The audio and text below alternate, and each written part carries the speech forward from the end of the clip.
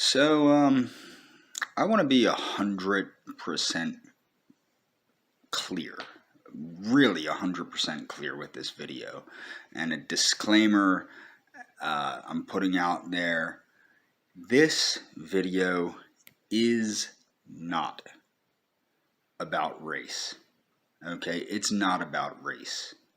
What it is about is unfair censorship of science, okay, anthropological science, and psychometric testing. The censorship of science, biological, anthropological science, okay, but yet the allowance of anti-white hatred to be perpetuated on YouTube. Okay, and I know this because I've had past videos taken down. That's why I'm saying this. This video is not about race. It is a response to young Pharaoh, who, and this is the thing, what people don't understand, he was scheduled to speak at CPAC.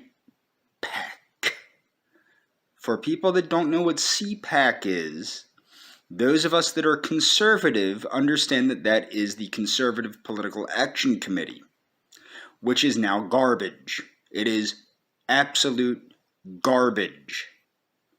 CPAC is crap. They are allowing people like young Pharaoh to speak there, but they are not allowing people like Michelle Malkin. They are not allowing people like Patrick Buchanan. They are not allowing people like Ann Coulter to speak there. Three major conservative voices, real conservative voices in this country, they don't let them speak there. But yet they'll let this person speak there who spews hatred. And the only reason they canceled him wasn't because of the hatred he spews against white Americans. It was his alleged anti-Semitic hatred was why they didn't allow him to speak at CPAC. Now, I'm going to leave a link to a bunch of his videos, and I'm also going to leave links to scientific evidence proving my points, as well as other evidence showing my points. Now, he rambles on and on about how white people don't have neuromelanin, which is not true. If white people didn't have neuromelanin, they would have Parkinson's disease. A lack of neuromelanin causes Parkinson's disease. So white people do have neuromelanin. And then he's babbling about calcified pineal glands and about how white people can't connect with the creator because of our calcified pineal glands, and how white people are basically animals because we're, part Neanderthal. My point is this. Neuromelanin, he states that neuromelanin is needed for intelligence and spirituality and all this crap. What neuromelanin is not important for cognition. What is important for cognition is brain size. So he talks about how, keep in mind, there's a direct correlation between brain size and observable, testable IQ. Bigger brain, better IQ. Okay, now Neanderthals had bigger brains than modern day humans, and also, of course, than Homo sapiens that they shared the earth with at that time. And of course, bigger brains than Homo erectus, as did Denisovians. So bigger brain, higher IQ, greater creativity.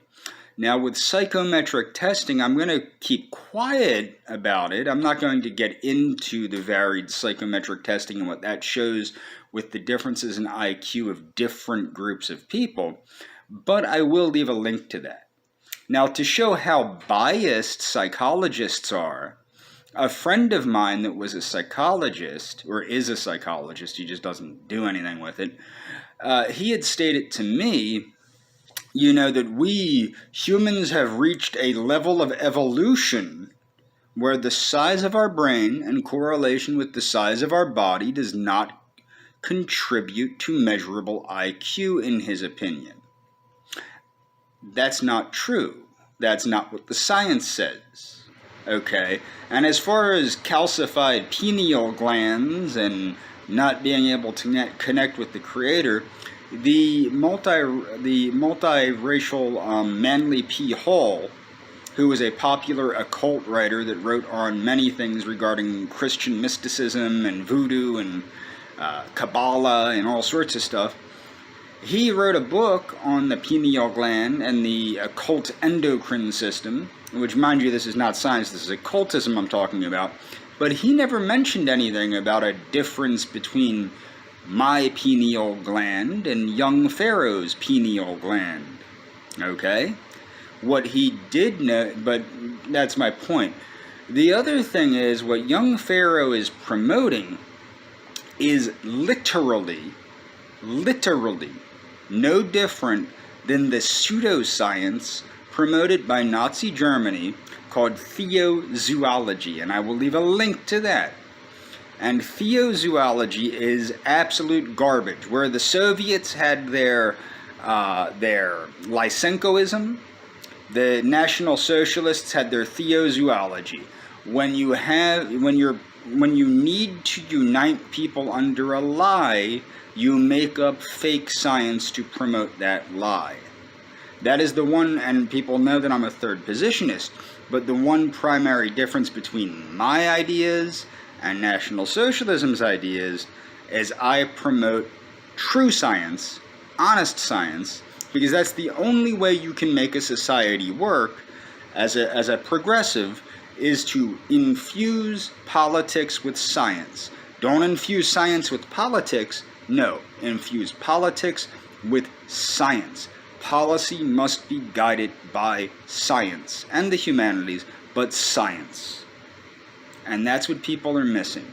My point is this dude spews pure hatred. YouTube has not taken down his channel. YouTube has not done anything to this dude. He's spewing hatred like crazy.